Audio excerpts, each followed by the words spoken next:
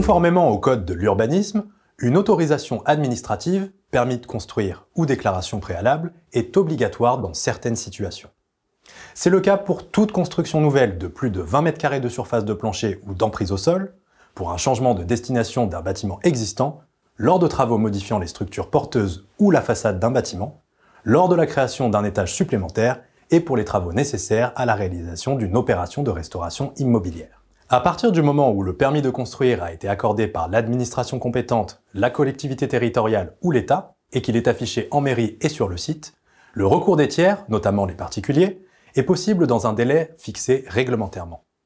Il est de 2 mois à compter de la date du double affichage. Il est recommandé de faire un constat de la date d'affichage sur le site. De son côté, l'administration préfectorale peut demander le retrait d'un PC qu'elle considère illégal. S'il n'a pas été donné suite à sa demande de retrait, elle peut aussi, tout comme les tiers, saisir le juge administratif qui se prononcera sur la légalité du PC au regard des règles locales d'urbanisme. Lorsqu'ils ont connaissance d'une infraction en matière d'urbanisme, comme une construction sans autorisation ou des travaux ne correspondant pas à l'autorisation délivrée, le maire, le président de l'EPCI compétent ou le représentant local de l'État doit faire dresser un PV. Les infractions sont constatées par des agents assermentés de l'État ou des collectivités territoriales. Le PV est ensuite transmis au parquet ainsi qu'à la DDT. Les travaux peuvent également être interrompus par arrêté, leur poursuite constituant alors une nouvelle infraction distincte de la première. Le contrevenant est passible d'une amende fiscale, indépendante des poursuites pénales.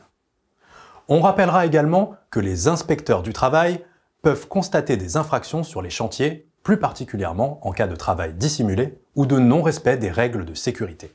Sur ce dernier point, il faut rappeler que toute personne compétente doit intervenir en cas de non-respect des règles de sécurité présentant un danger imminent pour les travailleurs.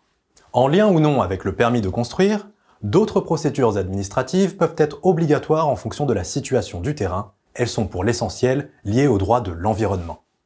Après délivrance du PC, il ne faut pas oublier les autres procédures liées au droit de l'urbanisme, comme la DOC, déclaration d'ouverture de chantier, ou la DAACT, déclaration attestant l'achèvement et la conformité des travaux, mais aussi la réception des travaux définie à l'article 1792-6 du Code civil. De manière générale, la responsabilité pénale est recherchée en conséquence des infractions commises et se traduit par les peines prévues par le texte qui les sanctionne. À la différence de la responsabilité civile vue précédemment, qui est l'obligation de répondre du dommage que l'on a causé à autrui, la responsabilité pénale concerne un trouble à l'ordre public. Selon l'article 121 du nouveau code pénal, nul n'est responsable pénalement que de son propre fait. Il existe une exception, ce sont les actes commis par une personne étant placée sous l'autorité d'une autre, par exemple dans le contexte d'obligation de sécurité des personnes sur chantier. La personne ayant autorité peut être condamnée pour les actes commis par la personne placée sous son autorité. Dans le domaine de la construction, la responsabilité pénale des différents intervenants sur une opération peut être engagée en cas de méconnaissance ou de non-respect de la réglementation, incendie, acoustique, accessibilité, et des règles d'hygiène et de sécurité. Cela peut concerner toute personne responsable de l'exécution des travaux, maître d'œuvre, entreprise, mais aussi le maître d'ouvrage, qu'il s'agisse d'une personne physique ou morale.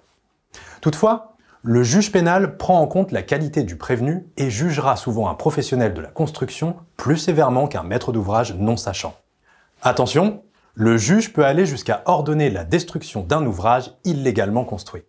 Enfin, il faut rappeler que l'absence d'assurance décennale d'un constructeur professionnel est sanctionnée pénalement selon l'article L. 243-3 du Code des assurances.